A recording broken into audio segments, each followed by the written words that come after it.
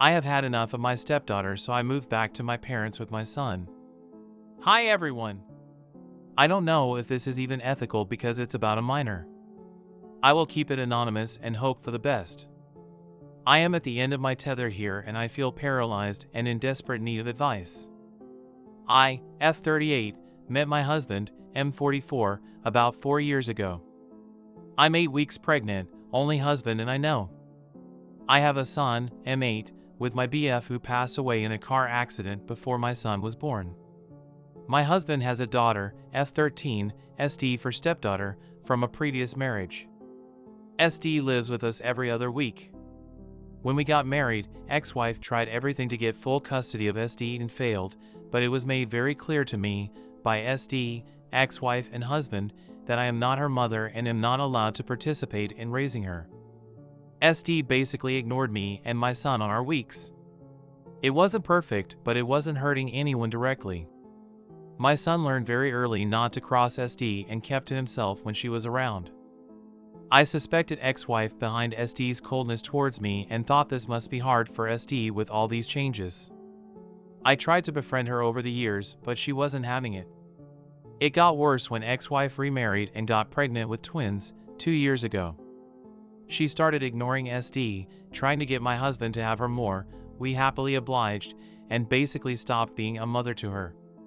It didn't help either that the new husband didn't like SD and wasn't shy about not wanting to raise another man's daughter. I asked my husband if we could take SD full-time and try to raise her because I saw that her mental health was deteriorating and that she needed stability. The ex-wife blatantly refused this suggestion, so we continued with the every other week. The twins were born about a year ago and all went downhill from there. It seemed like the worse SD had it at her mom's, the more she hated me and my son. She would throw fits a couple of times every time she's with us. Break our stuff. Call me a bitch if I tried to tell her off. It's her house because her father bought it and we're just guests. She would yell at my son and she even hit him a couple of times, telling him to keep to his room if he didn't like her treatment of him. When I told her not to put her hand on my son, she told me, "What are you going to do about it?" My son grew fearful of her and would ask me to take him to Grandpa, late BF's father, when she's living with us. I talked to my husband about it. I told him SD needed professional help because she's not feeling well and she's making us miserable when she's around. So she started to go to therapy, 6 months now. Other than that, my husband didn't know what to do either. If he tried to talk to her about being nice to us, she played innocent and told him she was playing around and hugged and kissed my son in front of him, and if he tried to be stern, she threw a tantrum and accused him of loving my son more than her. 3 months ago, my son's grandpa passed away. This hit my son and me very hard. My son was inconsolable for many weeks and couldn't really understand what it meant that he couldn't see Grandpa again.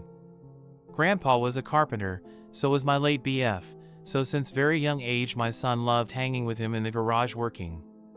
Many times when he's there, he came home with something they made together. Butter knives, boxes, chessboards, and for my 38th birthday last summer I got a stool that my son designed himself and built with his grandpa and then painted. This was the last project they had together since Grandpa passed away a few weeks later, so the stool was priceless to us. We had it in the kitchen. SD made a lot of negative remarks about the stool, how ugly and poorly made it was. She laughed at my son's poor taste and he was very distraught.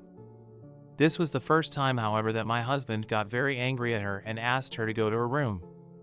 She was so scared of his reaction that she went without any protest. This Christmas, SD was supposed to be with her mother. On Christmas Eve, her mother dropped her off at our house very early in the morning. Her new husband had decided he didn't want her to go with them to his parents' house, where they usually spend Christmas. SD was on the verge of tears, standing there listening to her mother making excuses to my husband and me.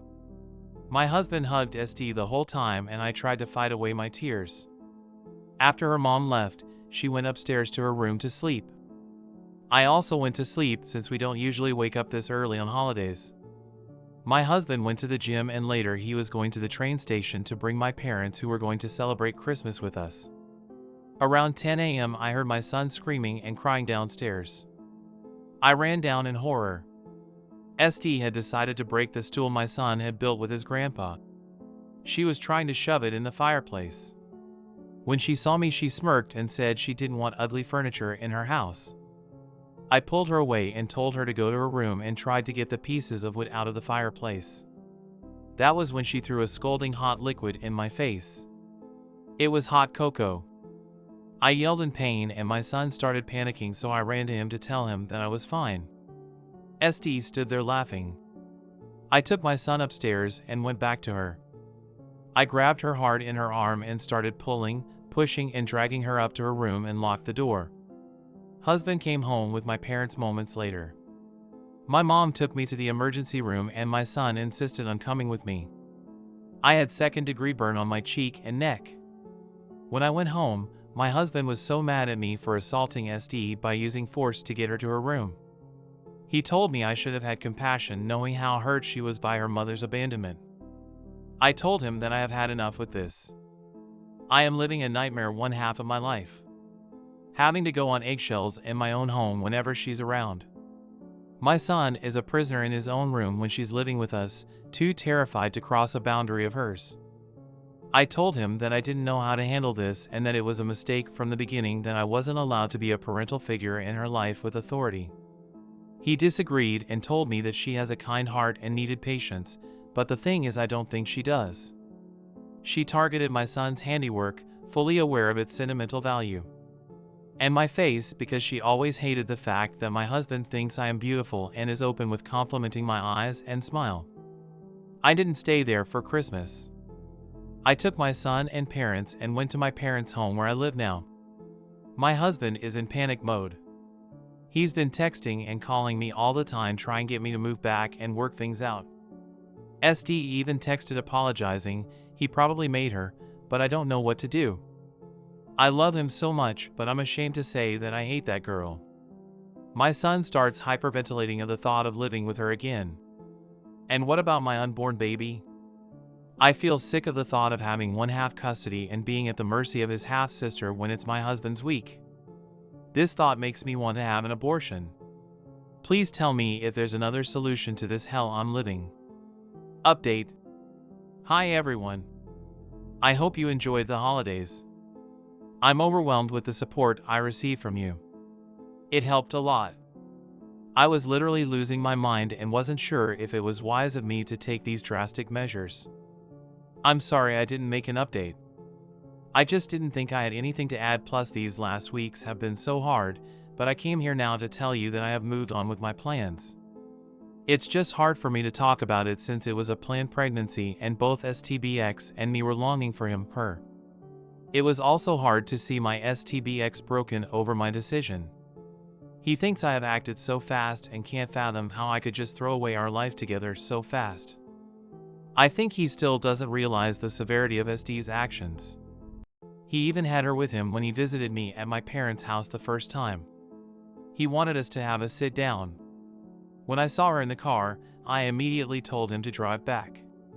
He was shocked, however, when he saw the dark scars on my face. They'll fade away with time, according to the doctor. I can't help but blame myself though. It's my fault that he thought this was a sudden decision.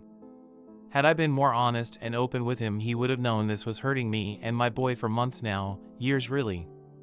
This blame will lie with me and me alone. I thought by keeping my mouth shut I would minimize the damage. How wrong I was. SD is living with her grandparents full-time now, and I think it's going to be a permanent thing. Her stepdad is adamant about not having her around his children. I think this is so messed up on so many levels, but I don't know if I have a say in this. It's her parents' call, even if I think it a grievous mistake. And I can't say that I care either.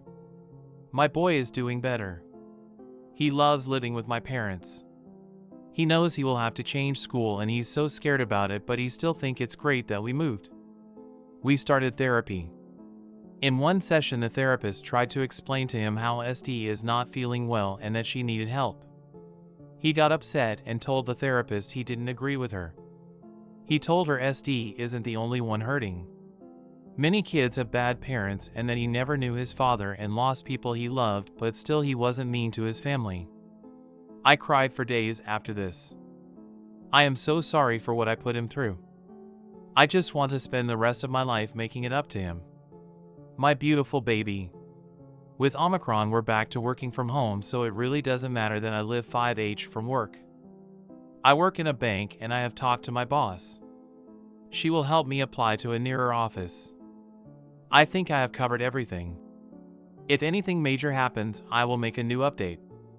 Thank you again for the support. You helped more than you can imagine. Ciao. Edit, we have rebuilt the stool. We couldn't make it perfect and we had to patch it in many places and repaint it, but we love it. Some explanation from OP. I'm sorry I haven't been able to answer all your questions. I wrote my update very late and went to sleep.